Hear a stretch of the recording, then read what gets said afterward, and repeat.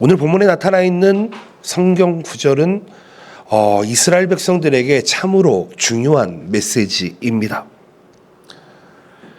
레위기 16장에는 대속죄일의 의식이 나타나고 있습니다.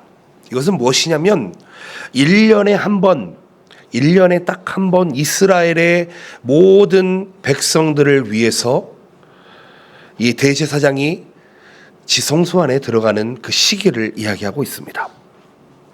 그리고 그것을 통해서 우리에게 주시는 하나님의 구원, 구속 계획, 이것을 다시 한번 묵상했으면 좋겠습니다. 당시에 이스라엘 백성에게 대속죄일은 1년에 단 한 번뿐이었습니다. 오직 대제사장만이 들어갈 수 있는 지성소 앞에서 드려지는 거룩한 의식이었습니다. 이것은 단순한 전통이 아닙니다. 백성의 온 죄를 대속하기 위해서 속죄의 날 제사장이 지성소의 문을 여는 순간에 이루어진다는 것입니다. 이 속죄의 날을 히브리어로 욤 키프르라고 이야기하는데요. 이 속죄일은 제사장의 이 안수 행위를 통해서 백성의 모든 불법이 염소 위에 전가가 되게 되고 그 염소가 광야로 보내지면서 죄가 완전히 제거되는 장엄한 드라마가 펼쳐지게 됩니다. 이 과정을 통해 하나님은 이렇게 말씀하십니다. 레위기 16장 30절 말씀에 이날에 너희를 위하여 속죄하여 너희를 정결하게 하리니 너희의 모든 죄에서 너희가 여호와 앞에 정결하리라. 그렇다면 여러분, 우리는 사실 예수 그리스도의 보혈로 인해서 구원을 받고 구약 시대에 이루어지는 이 말씀과 다르게 살아야 되느냐? 그렇지 않다는 것이죠. 우리도 이 의식, 즉 예수 그리스도께서 단 한 번의 생으로 이루신 이 대속 사역을 우리가 어떻게 생각하는지, 또 어떻게 깊이 깨닫고 있는지, 매일의 삶 속에서 그 은혜를 회복해야 할 이유를 우리는 오늘 발견할 수 있어야 한다는 것입니다. 특별히 대속죄일을 하나님께서 제정하신 것은 우리가 결코 우리의 죄를 사할 수 없는 연약한 존재다라는 것이 전제되고 있습니다. 여러분, 우리는 죄의 문제를 해결할 수가 없습니다. 하나님께서 준비하신 단 하나의 길, 오직 예수 그리스도의 십자가의 보혈 이외에는 다른 방법이 없다는 것입니다. 아멘. 이스라엘 백성이 제사장의 손을 통해서 용서함과 정결함을 받았던 것처럼 우리도 또한 예수 그리스도를 믿음으로 죄사함과 거룩함의 회복의 은혜를 누리도록 부름을 받았다. 그것이 하나님의 말씀입니다. 저는 오늘 레위기 16장의 말씀을 우리 모든 성도님들이 반드시 읽어보시고 말씀에 귀 기울여 보시고 이 대속죄일이 담고 있는 놀라운 은혜를 여러분 누려보시기를 예수님의 이름으로 축복드립니다. 아멘. 첫 번째 생각해 볼 수 있는 것은 대속입니다. 대속죄일의 핵심이 무엇일까요? 그것은 제사장이 백성의 온 죄를 자신 위에 전가하는 안수 의식에 있다는 것입니다. 레위기 16장 21절 말씀에 이렇게 이야기합니다. 아론은 그의 두 손으로 살아있는 염소의 머리에 안수하여 이스라엘 자손의 모든 불의와 그 범한 모든 죄를 아뢰고 그 죄를 염소의 머리에 두어 미리 정한 사람에게 맡겨 광야로 보낼지니. 안수는 무엇입니까? 손을 얹는다라는 것입니다. 이것은 단순한 행위가 아니었습니다. 죄를 대신 떠맡기고 그 책임을 물려준다는 뜻을 지닌 히브리어입니다. 제사장은요, 스스로 죄인으로 전락해서 온 백성의 죄를 그 힘으로 짊어지고 광야로 보내는 영적인 드라마를 보여주고 있습니다. 구약시대에 있었던, 즉 레위기에 있었던 이 구약시대의 드라마, 이것이 예수 그리스도의 십자가의 대속 사역을 예표하고 있다는 것입니다. 예수님께서는 십자가에 달려 피 흘려 돌아가셨습니다. 베드로전서 2장 24절에 이렇게 이야기하고 있습니다. 친히 나무에 달려 그 몸으로 우리의 죄를 담당하셨으니 이는 우리로 죄에 대하여 죽고 의에 대하여 살게 하려 하심이라. 그가 채찍에 맞음으로 너희는 나음을 얻었나니. 아멘. 예수님께서는 레위기에 쓰여져 있는 16장에 나타나는 대속죄일의 염소의 역할을 감당하고 있습니다. 즉 우리의 죄를 대신 짊어지고 우리를 위해서 피 흘리셨다. 구약의 제사장의 안수 의식이 짐을 전가하는 그런 프로세스라면, 그런 그림이라면, 신약에서는 예수님께서 직접 우리의 죄의 자리 대신 예수님의 보혈을 흘리심으로써 값없이 우리에게 은혜를 베푸셨다는 것입니다. 여러분, 크리스천이라면 이 사실을 우리는 매일매일 기억해야만 합니다. 자신의 죄를 스스로 해결하다 애쓰다 지친 영혼을 주님 앞에 내려 놓아야 한다는 것입니다. 여러분, 우리가 죄를 사함을 받는 방법은 우리의 노력과 우리의 경험과 우리의 힘과는 관계가 없습니다. 대속, 즉 구원의 원리가 우리에게 요구하는 것이 무엇입니까?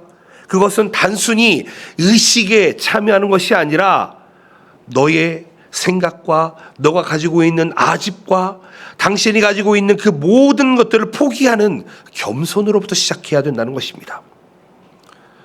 제사장이 손을 염소 위에 얹을 때 제사장은 자신의 지위와 명예, 안전까지 내려놓는 결단을 해야만 했습니다.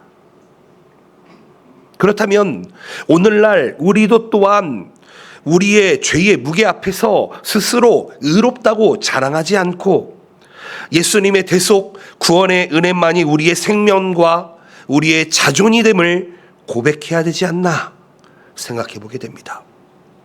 히브리서 9장 14절에 이렇게 말씀합니다. 하물며 영원하신 성령으로 말미암아 흠없는 자기를 하나님께 드린 그리스도의 피가 어찌 너희 양심을 죽을 행실에서 깨끗하게 하고 살아계신 하나님을 섬기게 하지 못하겠느냐. 무슨 말씀입니까? 오직 예수 그리스도의 보혈로서만 우리의 영혼이 거룩할 수 있음을 여러분 오늘 동의하시기를 예수님의 이름으로 축복드립니다. 그리고 이 대속의 원리는, 이 구원의 원리는 개인으로서 끝나는 것이 아닙니다. 공동체적 차원으로서도 이루어지게 된다는 것입니다. 여러분, 우리는 기억해야 될 게 있습니다. 교회 안에 한 사람에게 죄가 돌아오면 그것은 한 사람의 문제가 아니라는 것입니다. 한 사람의 죄가 개인의 문제가 아닌 온 회중의 문제다라는 것을 기억해야 된다는 것이죠. 그러기 위해서 우리는 서로의 짐을 나누어 지고 중보하며 기도할 수 있어야 합니다. 저는 목사입니다. 성도들에게 있는 연약한 짐을 함께 질 수 있도록 기도하고 있습니다. 반대로요, 여러분 혹 목사가 지고 있는 무거운 짐이 있다면 여러분 그것을 여러분들도 함께 질 수 있는 믿음이 있으시기를 예수님의 이름으로 축복드립니다. 왜요? 그게 하나님의 말씀이기 때문입니다. 갈라디아서 6장 2절 말씀 이렇게 말씀합니다. 너희가 짐을 서로 지라. 그리하여 그리스도의 법을 성취하라. 여러분, 우리가 서로의 짐을 지는 것, 그것이 예수 그리스도의 법을 성취하는 것이다 라는 것을 기억하면 됩니다. 여러분, 저에게도 연약함이 있고요, 여러분에게도 연약함이 있습니다. 아마도 저희 아내에게도 있을 것이고 저희 아이들에게도 있을 것 같습니다. 여러분, 자녀의 연약함을 누가 집니까? 아비가 져야 되지 않겠습니까? 부모가 연약하였을 때 그 아들이 져야 되지 않겠습니까? 우리가 서로 정죄하는 것이 아니라 서로의 약함을, 서로의 아픔을 서로 우리의 어깨에 지고 예수 그리스도의 법을 성취하시는 여러분들 되시기를 축복드립니다. 구약의 대속죄일이 바로 그런 날입니다. 여러분이 대속죄일에 일어났던 모든 드라마가 오늘날 이 시간 동경복음교회에서 예배하는 모든 성도들에게도 이루어지시기를 축복드립니다.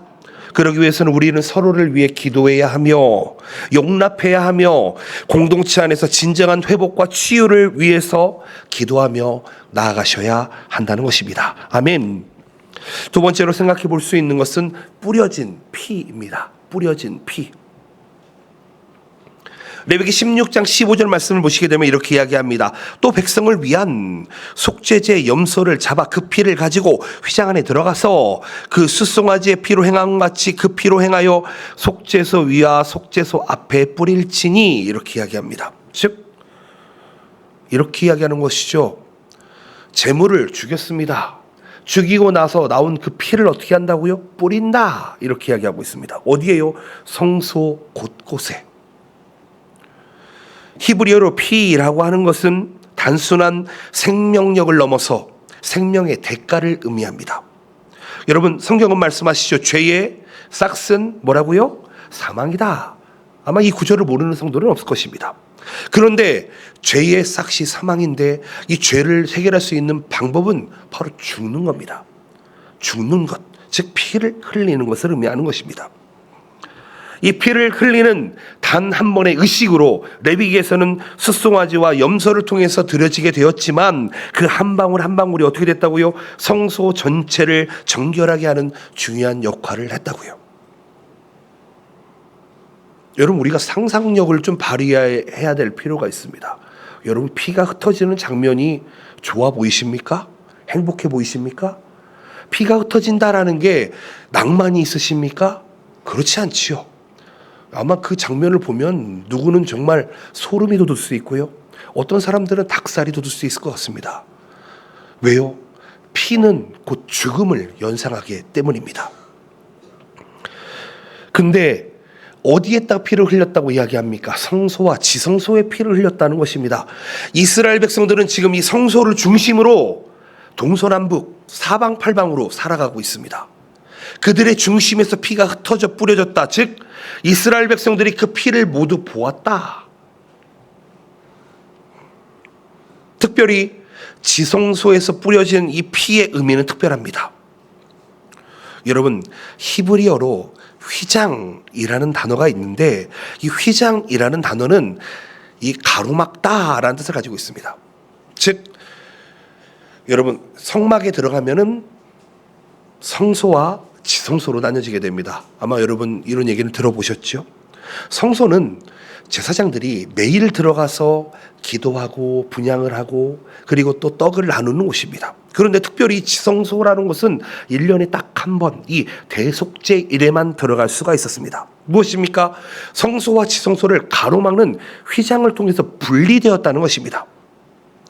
대속죄일에만 제사장이 이 휘장을 넘어서 지성소로 들어가 피를 뿌릴 수 있었는데 이것은 무엇입니까? 죄로 말미암아 하나님과 인간 사이에 생긴 그 가로막음, 그 간극을 오직 대속자의 피만이 해결할 수 있다라는 것을 의미합니다. 여러분 기억하십니까? 혹시 패션 오브 크라이스트라는 영화를 본 적이 있으십니까? 일본어 제목으로는 파션이라는 영화입니다. 한 3시간 이상의 러닝타임을 가지고 있는데요. 예수님께서 십자가에 달리셔서 고통을 받으시다가 고개를 떨구시면서 돌아가시게 됩니다. 그때 무슨 일이 일어납니까? 번개가 치면서, 그렇죠? 여러분 그 영화를 한번 떠올리시기 바랍니다. 그리고 성소에 있었던 성막이, 휘장이 찢어지게 됩니다. 무엇을 의미합니까? 죄로 말미암아 인간과 하나님의 사이에 있었던 그 간극을, 그 가로막음을 예수님의 십자가의 죽으심, 컴플리트, 완전함으로 인해서, 온전함으로 인해서, 다 이루심으로 인해서 구약의 의식이 예수 그리스도를 통해서 완성되었다는 것입니다. 피를 뿌린다 라는 뜻은 무슨 의미를 가지고 있습니까? 그것은 흩뿌리다, 투축하다 라는 의미를 가지고 있습니다. 즉 무엇이냐면 제사장은 피를 단순히 주변에다가 묻히는 것이 아니라 뿌렸습니다. 흩었습니다. 이 행동은 죄의 더러움이 성소 전체에 스며들었다는 것을 먼저 인정하면서 오직 예수 그리스도의 피로만이 이 모든 죄를 해결할 수 있다는 것을 보여주고 있습니다. 즉 무엇입니까? 이 자리에 계신 우리 모든 성도님들에게도 예수님의 피가 우리에게 묻어야 한다는 것입니다. 2000년 전에 있었던 십자가의 사건이 그때로 끝나는 것이 아니라 지금도 우리는 예수 그리스도의 보혈이 덮고 흩어져 우리에게 와야 한다는 것입니다. 그것만이 우리를 깨끗하게 할 수 있습니다. 예수님께서는 신약에서 자신을 단번에 들이심으로써 구약의 이 피 뿌림 흩어짐을 완성했습니다. 히브리서 9장 12절 말씀에 이렇게 말씀합니다. 염소와 송아지의 피로 하지 아니하고 오직 자기의 피로 영원한 속죄를 이루사 단번에 성소에 들어가셨느니라. 이스라엘 백성들이 레위기에 받았던 그 율법이 예수님의 이 단 한 번의 십자가 사건으로 인해서 완성되어진다는 것입니다. 예수님의 보혈은 성소뿐만 아니라 우리의 심령까지 정결케 하기에 충분한 피의 은혜가 있습니다. 그러므로 우리는 날마다 십자가 앞에 나가야 됩니다. 주님의 피가 우리 삶의 모든 더러움을 씻어주심을 믿고 고백할 수 있어야 합니다.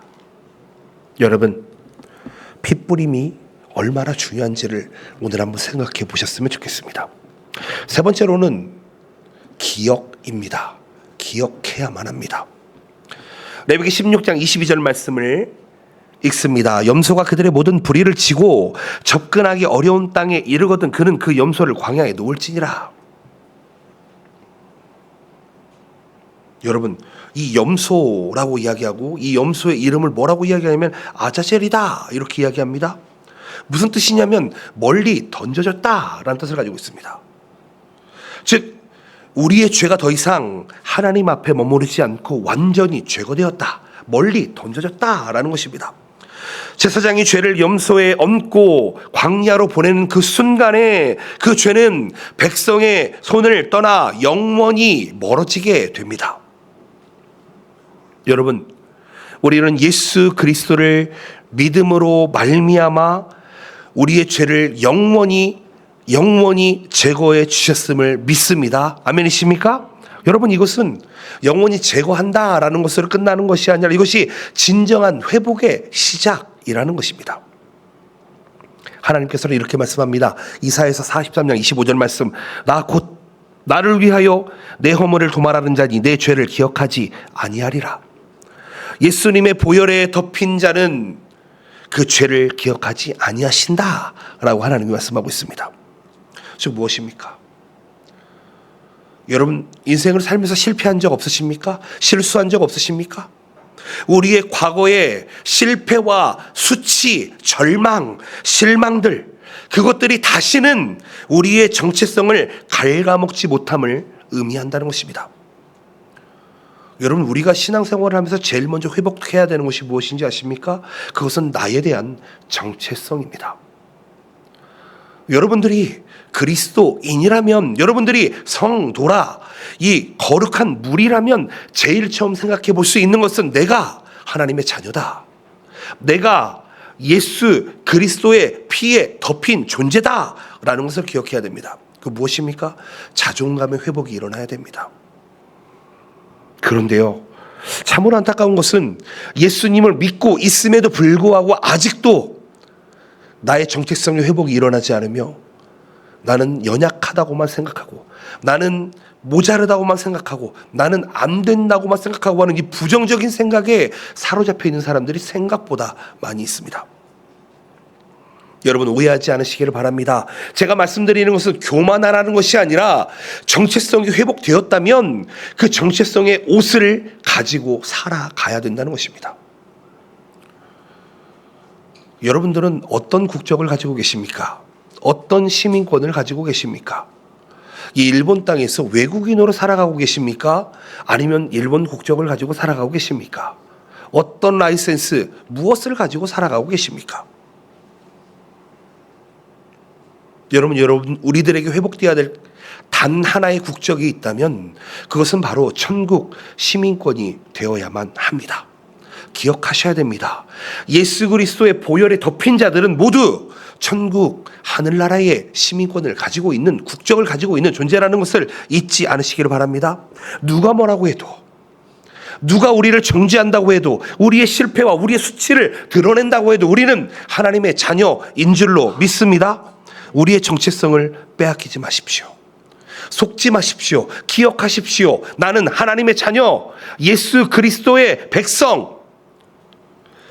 이제 우리는 예수 그리스도의 보혈 안에서 새로운 피조물이 되었습니다. 아멘이십니까? 새로운 피조물이 되었다고요. 그런데 우리가 착각하는 것이 있습니다. 새로운 피조물이라고 하는데도 우리는 아직도 옛 구습을 벗어버리지 못한다는 것입니다. 왜요? 겉으로 봐서는 아무런 변화가 일어나지 않은 것처럼 보이니까요. 제가 말씀드렸지요. 여기에서 새로운 피조물이 된다라고 하는, 여기에서 창조된다라는 단어가 쓰였다고요. 성경에 창세기 1장 1절에 쓰였던 하나님의 창조가 새 피조물에 쓰였다고요. 우리는 이제 옛 것이 아니라 완전히 다른, 질이 다른, 격이 다른 그런 피조물이 되었다라는 것입니다. 여러분, 이걸 기억하셔야 돼요. 하나님의 자녀로서 새로운 삶을 살아갈 권세가 주어졌다. 그렇다면 우리는 죄송합니다. 지질하게 살 수 없습니다. 세속적으로 살 수 없습니다. 제가 말씀드리지만 여러분, 이 우리의 예수 그리스도의 보혈에 덮인 자, 여러분, 이것이 얼마나 큰 신분의 변화를 주는 것인지 우리는 깨달아야 됩니다. 그리고 이 회복의 약속은 개인을 넘어서 공동체에 적용되게 된다는 것입니다. 아까 말씀드렸죠. 한 사람의 죄가 공동체 안에 들어오면 그건 공동체의 죄가 된다고 말씀드렸습니다. 즉, 한 사람의 잘못으로 인해서, 한 사람의 죄로 인해서 공동체 전체가 어둡게 될 수 있겠지만, 대속죄일의 피 흘림, 염소 의식은 공동체의 죄까지 포괄하여서 제거해 주신다는 것입니다. 온 회중이 함께 정결함을 누리게 한다는 것입니다. 다시 한번 말씀드립니다. 너희가 서로 침을 지라. 그리하여 뭐라고요? 그리스도의 법을 성취하라. 우리도 서로의 연약함과 상처를 함께 짊어지면서 기도하며 나아갈 때에 우리 안에 진정한 회복과 진정한 치유가 일어나는 줄 여러분 기억하시고 믿으시기를 축복드립니다.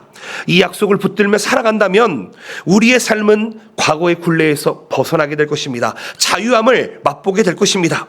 갈라디아서 5장 1절 말씀 이렇게 이야기합니다. 그리스도께서 우리를 자유롭게 하시려고 자유를 주셨으니 그러므로 굳건하게 서서 다시는 종의 멍에를 매지 말라.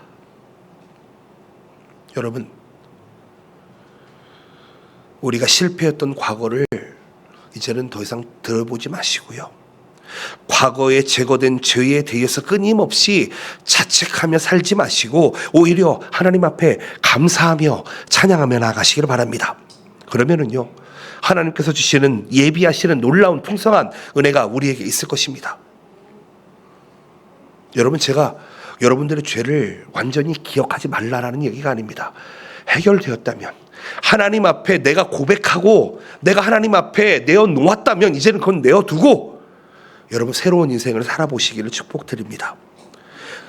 이스라엘 백성들은 1년에 한 번 대속죄일에 이런 일을 겪었습니다. 이런 드라마가 이루어졌습니다. 그런데요, 이 시대를 살아가는, 즉 예수 그리스도가 이 땅에 오시고 십자가에 달리시고 죽으시고 3일 만에 부활하시고 승천하셔서 하나님 옆에 우측에 앉아 계시고 우리를 위해 중보하고 계시는 이 시대는 여러분, 우리가 언제든지 예수님의 이름을 의지하면 하나님 앞에 모두 상달되어지고 우리의 죄가 해결되어지는 줄로 믿습니다. 여러분, 우리 과거의 멍에를 내려놓읍시다. 그리고 기억합시다. 하나님이 그것을 해결해 주신다는 것을 믿고 나아갑시다. 그럼 우리 성도들의 삶에 자유함이 임하시는 줄로 믿습니다. 아멘. 마지막으로 네 번째, 반복입니다. 레위기 16장 29절 말씀. 너희는 영원히 규례를 지킬지니라. 일곱째 달 곧 그 달 10일에 너희로 스스로 괴롭게 하고 아무 일도 하지 말되 본통일이든지 너희 중에 거류하는 거류민이든지 그리하라. 아멘. 뭐라고 이야기합니까? 규례를 지켜라 이렇게 이야기합니다. 즉 법규와 제정된 관례를 지켜라 이렇게 이야기합니다. 여러분, 아마도요, 성경에 나와 있는 것을 우리의 삶에 지켜라 했을 때 여러분, 우리는 그걸 다 지켜낼 수가 없습니다. 아멘이십니까? 지켜보려고 노력은 할 수 있겠지요. 이스라엘 백성들 중에 그 모든 율법과 규례를 지키고자 하는 무리가 있었습니다. 그들을 뭐라고 이야기합니까? 바리새인이다 이렇게 이야기합니다. 성경에는 하라, 하지 말라 라는 규례와 율법이 있습니다. 여러분 아십니까? 계명에도 하라 하지 말라가 써 있습니다. 제가 지난번에도 말씀드렸지만 성경에서 하지 말라라고 하는 이 로라고 하는 단어는요, 여러분 이것은 절대로 해서는 안 되는 것입니다. 절대 명령형으로 되어 있습니다. 절대로 하지 말아라. 뭐라고 이야기합니까? 내 이웃의 집을 탐내지 말라. 그렇죠? 너는 도둑질하지 말라. 너는 내 이웃에 대해서 거짓 증거하지 말라. 뭐라고요? 절대로 하지 말라. 그런데요, 성도들은 그 말씀을 절대로라는 건 쏙 빼버리고 선택적으로 할 때도 있고 하지 말 때도 있고를 정하고 있습니다. 그런데 성도는 절대 그래서는 안 됩니다. 여러분 거짓말 안 하십니까? 아, 그렇죠. 저만 거짓말을 하고 여러분들은 거짓말을 안 하시는 줄 알겠습니다. 예, 여러분 그런 게 아니잖아요. 우리는 거짓말을 할 수 있는 연약한 존재입니다. 때로는 마음으로 남의 것을 혹시 갖고 싶다라고 생각할 때가 있습니다. 여러분 그것 또한 죄라는 것을 기억하셔야 됩니다. 그런데요, 우리가 성경에서 이야기하는 모든 율법과 규례를 지킬 수 있습니까? 아니요, 지킬 수 없습니다. 그렇다고 해서 하지 말라고 하는 것이 아닙니다. 지켜야 됩니다. 그런데요, 우리는 은혜가 아니고서는 살아갈 수 없는 존재다라는 것을 먼저 기억해야 됩니다. 그리고 훈련되어 줘야 됩니다. 여기 뭐라고 이야기하냐면은 너희는 영원히 이 규례를 지킬지니라 라고 이야기합니다. 무슨 얘기입니까? 이 대속죄일이 매년 1년에 한 번씩 있는데 이것을 언제까지 지키라고요? 영원히 지키라고요. 무슨 얘기입니까? 반복해서 지키라는 것입니다. 왜요? 너 까먹을 거잖아. 너 분명히 까먹을 거야. 그러니까 너 계속 생각해. 반복해. 계속하라는 것은 무엇입니까? 훈련하라는 것입니다. 신앙생활은 훈련입니다. 하나님을 만나고 싶은데 하나님 저를 만나주시면 제가 교회 가겠습니다 라고 생각하는 성도가 있을지 모르겠습니다. 그런데요, 그렇지 않습니다. 하나님을 만나기 위해 이 자리에 오다 보면 그 자리에 하나님의 은혜가 임하는 줄로 믿습니다. 저는 방법이요, 이 머리로 먼저 접근하지 마시고 몸으로 먼저 실행해 보십시오. 하나님 말씀대로 살아보십시오. 반복해 보십시오. 이 규례를 지켜보십시오. 거짓말하지 말라라고 하면 거짓말을 안 하기 위해서 하나님 연약한 저를 도우시고 여러분 하나님 의의 길로 인도하여 주시옵소서. 여러분 지킨다고 하는 것은 단순한 행사나 전통을 지키는 것이 아닙니다. 하나님의 백성에게 영원히 지키라라고 이야기하고 있습니다. 즉 무슨 말입니까? 하나님께서 주시는 대속죄일을 영원히 지켜라. 예수 그리스도의 십자가의 보혈을 영원히 덮어라. 매년 돌아올 백성들이 새롭게 회개하며 정결하며 경험하도록 너희들은 그것을 기억하며 반복해서 지켜라. 재밌는 게 있습니다. 저는 군대를 전역한 지 꽤 오래됐습니다. 2003년도에 제 군대를 전역을 했으니까 약 한 23년 정도 된 것 같습니다. 그런데 신기한 것은요, 군생활 2년 2개월 했던 내용들이 제 몸에 박혀 있습니다. 기억합니까? 아마 저한테 총을 주면은 그 총을 어떻게 만지는지 어떻게 쏘는지 할 수 있을 것 같습니다. 왜요? 2년 동안 매일 했던 게 그거거든요. 매일 했던 게 그거거든요. 총이 잘 나갈 수 있도록 청소하고 총을 쏘고 총을 또 마지막에 청소하고. 총을 알지 못하는 사람에게 총을 주면 여러분 총을 관리할 수 있을 거라고 생각하십니까? 그렇지 않습니다. 해봐야지. 반복 숙달 해봐야지 되는 것입니다. 저는 신앙생활하면서 깨달은 게 있습니다. 저는 찬양을 배워본 적도 없고요, 악기를 배워본 적도 없습니다. 그냥 독학을 했습니다. 신앙생활도 하나님 앞에 열심히 하겠다고 서원하고 나아갔습니다. 그런데요, 하나님 말씀에 아멘 하겠습니다 라고 했더니요, 어느 순간 되니까 모든 것을 제가 하고 있더라고요. 처음부터 다 한 게 아닙니다. 하나님 말씀에 순종했더니, 반복했더니, 훈련했더니 그것이 내 것이 되더라라고 하는 것입니다. 하나님은 은사를 사모하는 자에게 은사를 주신다라고 말씀합니다. 은사가 무엇입니까? 기프트, 선물입니다. 선물. 은사는 사모하는 자가 얻게 되는 것입니다. 하나님 주시는 은사 여러분 사모해 보십시오. 아멘이시죠? 성령의 열매, 사랑과 희락과 화평과 오래 참음과 자비와 양성과 충성과 온유와 절제니 여러분 한번 사모해 보십시오. 때로는 여러분 방언도 사모해 보시고요, 예언도 사모해 보시고 성경에 나와 있는 모든 은사를 한번 사모해 보십시오. 하나님께서 가장 필요한 자에게 주실 거라고 저는 믿습니다. 여러분 반복하면서 하나님께 주신 은사를 우리가 남긴다면은요, 하나님께서 우리에게 이렇게 말씀하실 것입니다. 잘하고 잘하였다 충성된 종아. 내가 너에게 맡긴 것을 너는 잘 충성하였다. 칭찬받을 것입니다. 여러분, 하나님께서 우리에게 말씀하시는 이 영원한 규례, 이 규례 안에는 하나님의 신실하심이 담겨 있습니다. 이사야서 43장 25절 말씀, 곧 나를 위하여 내 허물을 도말하는 자니 내 죄를 기억하지 아니하리라. 무슨 말씀을 하고 있습니까? 우리의 반복적인 회개와 행위를 통해서 우리는 날마다 하나님의 은혜를 확인할 수 있다는 것입니다. 영원하다 라는 뜻은 히브리어로 이런 의미가 있습니다. 자손 대대로 이어진다. 아멘이십니까? 자손 대대로 이어진다, 이렇게 이야기합니다. 여러분, 하나님을 믿는 자들은 몇 대까지 간다고 말씀합니까? 1000대까지 간다고 이야기합니다. 1000대는 무엇을 의미합니까? 영원히 이어진다는 것을 의미하는 것입니다. 우리가 반복해서 신앙생활을, 하나님의 말씀을 우리의 삶 속에 묵상하며 나아가야 될 이유가 무엇입니까? 그것은 개인의 삶뿐 아니라 우리의 가족뿐만 아니라 세대를 넘어서 1000대를 넘어서 은혜의 파노라마를 우리가 이루어내야 된다는 것입니다. 여러분, 우리의 신앙생활은 우리에 대해 끝나는 것이 아닙니다. 단발성 결심이나 행사로 끝나는 것이 아닙니다. 작심삼일로 끝나서는 안 된다는 것입니다. 매일의 삶 속에서 우리는 매일매일을 욤키프르, 대속죄일을 경험하며 살아가야 됩니다. 제가 말씀드리죠. 이 자리에 계신 여러분들 다 하나님의 형상으로 지어진 줄로 믿습니다. 아멘이시죠? 아멘이시죠? 그럼 저는 생각해 보게 됩니다. 하나님이 이런 모양이겠구나. 하나님이 이런 모습이겠구나 생각해 봐야 됩니다. 제가 지난번에 우스갯소리로 말씀드렸는데 하나님 모습이 아마 제 모습을 닮았을지도 모르겠습니다. 제가 저희 아들에게 물을 때가 있습니다. 루아에게, 예루야, 너 누구 닮았어? 그러면 이렇게 대답을 해야죠. 아빠 닮았어. 엄마 닮았어. 보통 그렇게 얘기해야 되는 게 정상입니다.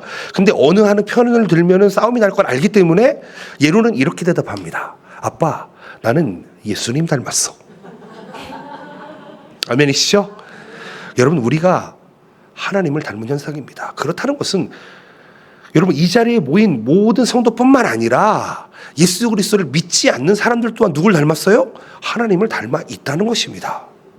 기억해야 됩니다. 교회에 있는 사람만 하나님의 형상을 닮은 게 아니라 이 세상에 있는 모든 사람들은 하나님의 형상을 닮은 사람들이에요. 그런데 우리가 만약 하나님의 형상을 닮은 사람들을 모욕하거나 그를 정죄하거나, 누구를 정죄하는 것입니까? 하나님을 정죄하는 거예요. 그렇게 살아서는 안 됩니다. 성경의 가르침은 그렇지가 않습니다. 여러분, 우리 안에 있는 죄가 있다면 하나님 앞에 우리의 죄를 내어놓으십시다. 내 안에 들보가 있다면 내어놓으십시다. 남에 있는 티끌을 보지 마시고 우리 안에 있는 것들을 내려놓는 훈련을 해봅시다. 반복적으로 살아가 봅시다. 근데 그것은 무엇을 통해 이루어지는지 아십니까? 예배를 통해 이루어집니다. 영적인 루틴이 있어야 됩니다. 여러분, 우리가 주일 이 공적인 예배를 지켜야 되는 이유가 있습니다. 왜요? 이 하나님의 말씀이 우리의 삶을 지켜주기 때문입니다. 우리 교회에 있는 특별 새벽 예배나 금요기도회나 아니면 지금부터 9월 달부터 이루어질 성경 공부에 여러분, 우리가 참여해야 될 이유가 무엇입니까?